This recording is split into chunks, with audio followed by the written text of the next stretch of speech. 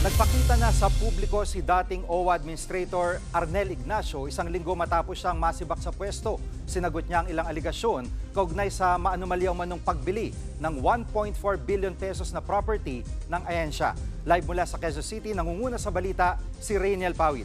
Rainiel, ano naging pahayag ni dating OWA Administrator Arnel Ignacio? Sa katatapos nga lang na press conference ni dating OWA Chief Arnel Ignacio, sinabi niya na walang katotohanan yung mga aligasyon na pumutok noong isang linggo dahil aniya yung controversial na 1.4 billion peso land deal ay dumaan naman doon sa technical working group ng kanilang ahensya. Isa pa sa kanyang mga pinunto ay yung pagkadismaya niya dito nga sa nangyari na ito dahil hindi na raw matutuloy yung proyekto na dapat sana ay sa kapakanan naman ng mga OFW. Kaya ngayon, ang kanyang focus ay bukod dun sa kaso ay yung sitwasyon naman ng mga OFW na sana itatayuan nga noong halfway house o nung dormitory na malapit doon sa NAIA Terminal 1. Gigi, sa mga nakalipas na araw ay binigyan rin tayo ng eksklusibong dokumento ni dating OWA Administrator Arnel Ignacio tungkol naman doon sa isa pang aligasyon doon sa lupa na yon na hindi siya pwedeng tayuan ng ganong establishmento. Sabi ng CAAP ay binigyan nila ng assessment itong OWA noong nakaraang taon at sinasabi na dapat ay 49 meters or below doon yung itatayong establishmento. So technically sinabi sa atin ni dating OWA Administrator Arnel Ignacio na ayun din naman yung susundin nila sakaling ang magtuloy-tuloy itong proyekto. At sa ngayon, Jiggy, exclusive, makakasama natin no si dating OWA Administrator Arnel Ignacio at may mensahe siya para sa mga OFW. Maraming salamat, Rainiel.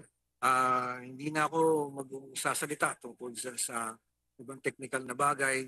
Ang aking mensahe na lang ay para sa aking pinagsisilbihan ng mga OFWs. Ang tanging nararamdaman ko, namimiss ko yung mga kakulutan nyo, yung mga kwento ninyo, may kwenta o wala, tayo lagi nagkakasama. Ginawa ko lamang ang lahat ng ginawa ko dahil kaparte na kayo ng aking pamilya. Kayo na itinuring kong nanay, tatay, ate, pinsan, lahat na. At yung pagsisilbi ko sa inyo, hindi ko lamang yan ginawa dahil yan na inutos sa akin ng ating Pangulo.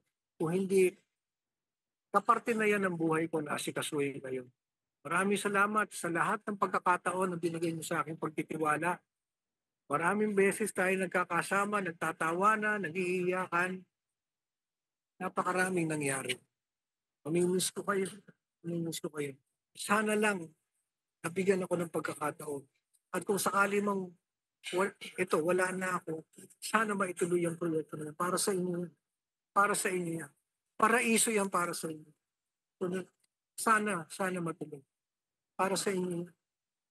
Sa lahat ng proyektong ginawa ko, sa iyo, kayong nasa isip ko, na ginawa ng pamahalaan para sa inyo. Sana matuloy. At ayun nga yung naging pahayag naman ni dating OWA Administrator Arnel Ignacio. At isa pa, Jiggy, doon sa mga ipinunto niya kanina nga dito sa nangyaring press con ay yung naging maanghang na statement niya na wala kahit piso siyang kinurakot dito sa 1.4 billion pesos na ito. So sabi niya, handa siyang humarap sa anumang investigasyon. At ngayon din ay hinanap natin yung isa pa sa nasibak sa pwesto na kanyang Deputy Administrator na si Emma Sinclair.